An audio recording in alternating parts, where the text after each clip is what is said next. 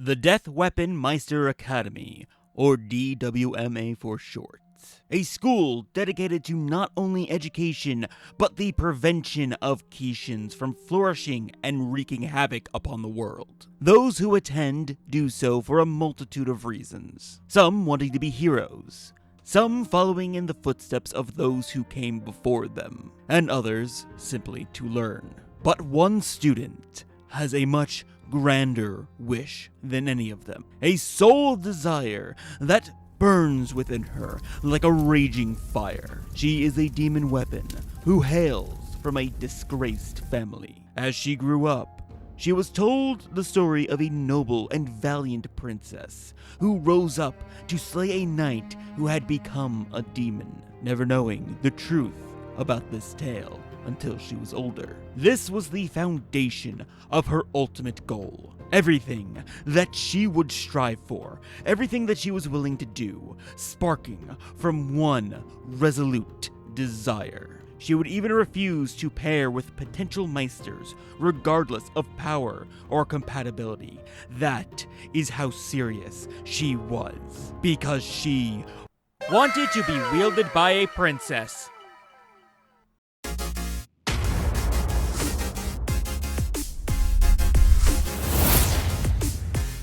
Hello everyone and welcome to the Anime Void. I'm Brian, your host, and today I am introducing another one of my OCs. This is Lisa Hayden, the Demon Weapon OC for Soul Eater. Now, this video may end up being on the shorter side, but I still wanted to cover her. First things first, I want to thank the artist Yellow for taking on this commission. Lisa came out so much better than I was imagining, and that is all thanks to Yellow, so you should go follow her using the link in the description below. But for the character herself, like I said, Lisa is a demon weapon. Her weapon form is a rapier, art also provided by Yellow, and due to her adamantly refusing to pair with a Meister unless she considers them a princess, she has learned to fine-tune her transformation to just have her index finger turn into a rapier blade, allowing her to fight solo more effectively. And yes, it is important to note that it is people she considers a princess. They don't necessarily have to be actual royalty. The qualifications she establishes are murky at best, as she usually just goes with vibes. But still, all Soul Eater characters have some kind of outlandish quirk, and this is what I chose. As for the story that I mentioned in the intro, the one she was told as a child, it was actually the story of her grandfather. He was once a man of unquestionable honor and integrity, wanting nothing more than to protect those closest to him. However, as he aged, this desire grew slowly into paranoia. What if he failed to protect those he loved? What if he wasn't strong enough to do it? Questions like these would eat away at him until he set out to do something about it. He would eventually leave behind his weapon partner, who was also his wife, to travel and train with an old friend who had a similar mindset. Together, they would resonate their fears and paranoia and eventually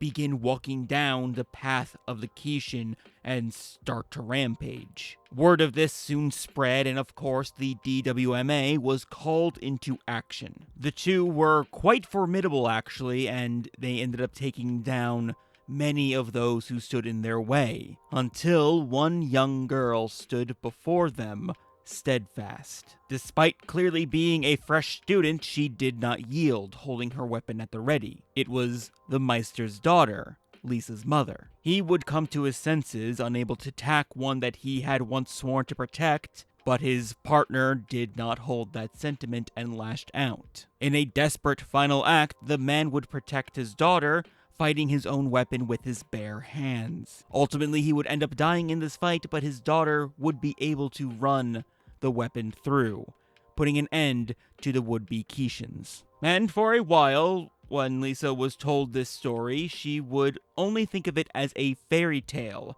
a cautionary story about walking down that path. She greatly admired the girl in the story who was painted to her as a princess, and decided that that was the type of Meister that she wanted to be partnered with.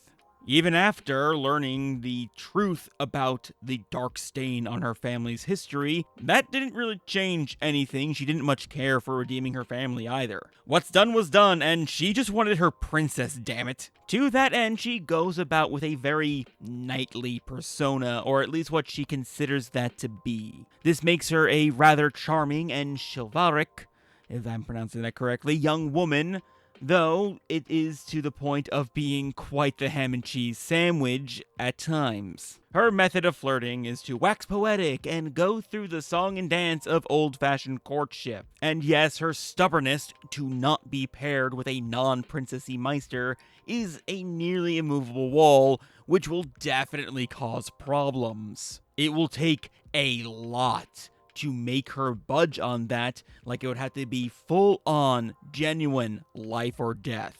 And even then, she will be pissed to no end about it the entire time.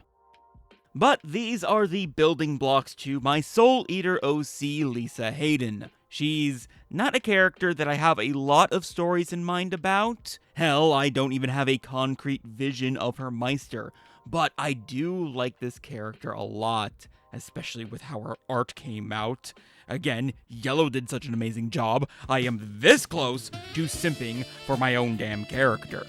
And with all that said, if you enjoyed this video and you want to see more of my OCs, be sure to like this video and subscribe to the channel. I have a bunch of OCs on the channel already, and more on the way. Plus, it just overall helps this channel a lot. It would be greatly appreciated. But for now, thank you so much for watching, and I hope to catch you next time in the void. Later.